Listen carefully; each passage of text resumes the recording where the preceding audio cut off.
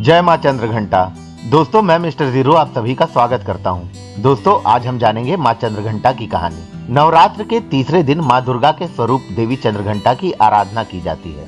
दोस्तों, मैं बता दूं कि माँ दुर्गा के इस रूप की पूजा वैष्णो देवी में भी की जाती है। माँ चंद्रघंटा की आराधना और साधना करने से मन को असीम शांति प्राप्त होती है और इनकी साधना करने से जातक का मन मणिपुर चक्र में प्रविष्ट होता है।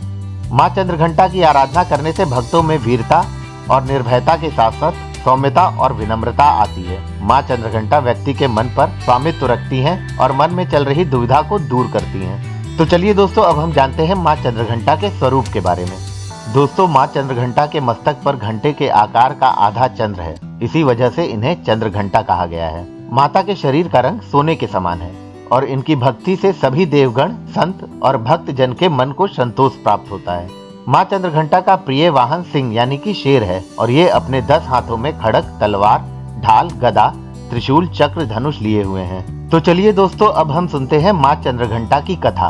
पौराणिक कथाओं के अनुसार प्राचीन समय में देवताओं और असुरों के बीच बहुत लंबे समय तक युद्ध चला।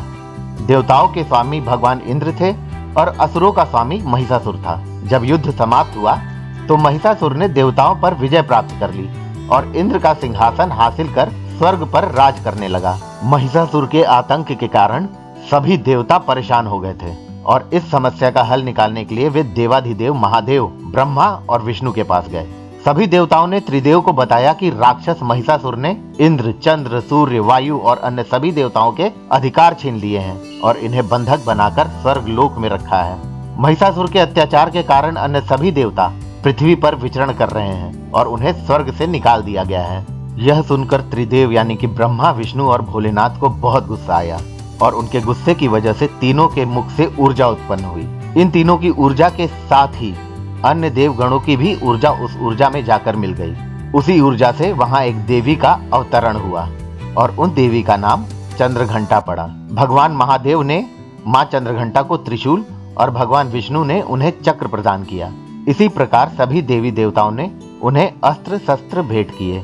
भगवान इंद्र ने अपना वज्र और ऐरावत हाथी से उतार कर एक घंटा दिया। सूर्य ने अपना तेज और तलवार माँ चंद्रघंटा को दिया और सवारी के लिए एक शेर प्रदान किया। इसी वजह से इस ऊर्जा का नाम देवी चंद्रघंटा पड़ा।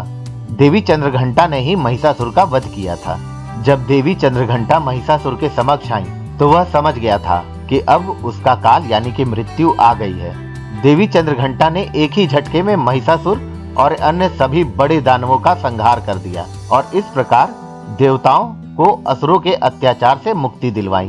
तो चलिए दोस्तों, मैं मिस्टर जीरो अब आपको बताता हूँ देवी चंद्रघंटा की कुछ पूजा विधियों के बारे में।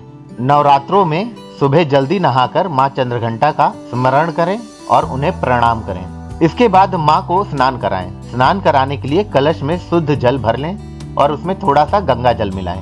साथ ही कलश में चावल, सिक्का और सुपारी डाल दें। इस जल से माँ को स्नान कराएं।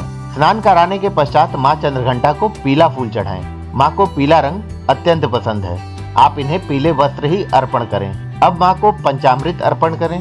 पंचामृत बनाने के लिए दूध, दही, शहद, गुड़ और घी का इस्तेमाल करें।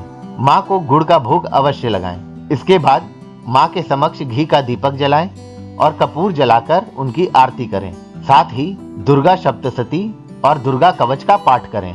माँ चंद्रघंटा की आराधना करने से नौकरी, बिजनेस और करियर में आने वाली सभी परेशानियां दूर हो जाती हैं। तो चलिए दोस्तों, अब हम जानते हैं 2023 अक्टूबर के शारदीय नवरात्र में आने वाली माँ चंद्रघंटा के तिथि के बारे में। तो दोस्तों, जो दिन होगा वो दिन होगा मंगलवार। तारीख होगी 17 अक्टूबर 2023।